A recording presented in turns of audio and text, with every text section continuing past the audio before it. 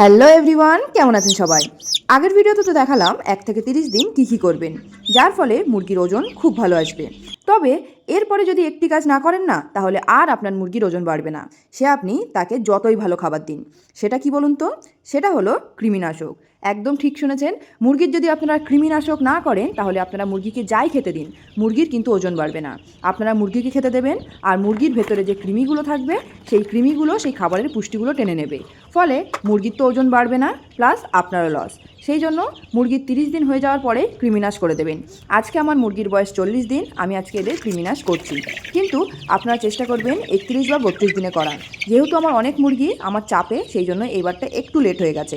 কিন্তু আমি সচরাচর 32 দিনেই কৃমিনাশ করে থাকি। এবারে শুধু কৃমিনাশ করলে হবে না, কৃমিনাশ করার পরে 3 দিন একটা জিনিস চালাতে হবে। অ্যাকচুয়ালি দুটো জিনিস চালাতে হবে। একটা হলো লিভার টনিক, একটা হলো কিডনি টনিক। কেন বলুন তো? কারণ কৃমির যে ওষুধটা, সেটা হলো বিষ। মানে মুরগিকে আমরা বিষ দিচ্ছি যাতে সেটা খেয়ে তার ভিতরের যে কৃমিগুলো আছে সেগুলো মারা যায়। এবারে যখন বিষ, তখন মুরগি খেলে তো মুরগিতেও এফেক্ট পড়বে, তাই না?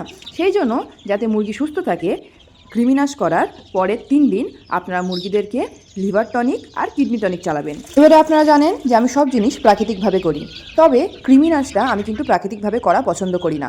আপনারা যদি প্রাকৃতিকভাবে করতে চান, তাহলে যে পেঁপে গাছের পাতা আছে সেটা খাইয়ে দেবেন, সেটাও হয়ে যাবে। তবে এটি একটি এত ভাইটাল জিনিস যেটা আমি ওই যে প্রাকৃতিকভাবে করতে চাই না। আমি চাই ট্রাই অ্যান্ড টেস্টেড, মানে যেটা আমি বেশি ভরসা করতে পারবো সেই জিনিসটা করতে। সেই জন্যই আমি এদেরকে ওষুধ দিই। নাহলে কিন্তু আমার ওষুধ দেওয়ার কোনো দরকার নেই। পেঁপে পাতা খাওয়ালেও খুব ভালো রেজাল্ট পাওয়া যায়। আর আজকে দেখুন, আমার মুরগির বয়স হলো 56 দিন। 40 দিনে কৃমিনাশ করেছি, আর আপনারা তো 30 দিনের ওয়েট কত হয়েছিল সেটা জানেনই। আর এরা কিন্তু যে শুধু ম্যাশ খায় তা না। দেখুন, এদের জন্য এই যে 2 দিনের ভাত রান্না করা আছে, আর এই যে ভাত খেয়েই এরা কত সুন্দর ওজন পেয়েছে। শুধু একটাই কারণ যে এদেরকে আমি কৃমিনাশ করেছিলাম। কারণ যদি কৃমিনাশ না করতাম, তাহলে এদের ওজন বাড়তো না, কৃমির সংখ্যা বাড়তো শরীরের মধ্যে। তাই ফার্মিং করার আগে একটু রিসার্চ করুন যে মুরগির কোন বয়সে কত কী করতে হয়, তারপরে আপনারা লেগে পড়ুন। আস্তে আস্তে দেখবেন সব শিখে যাবেন।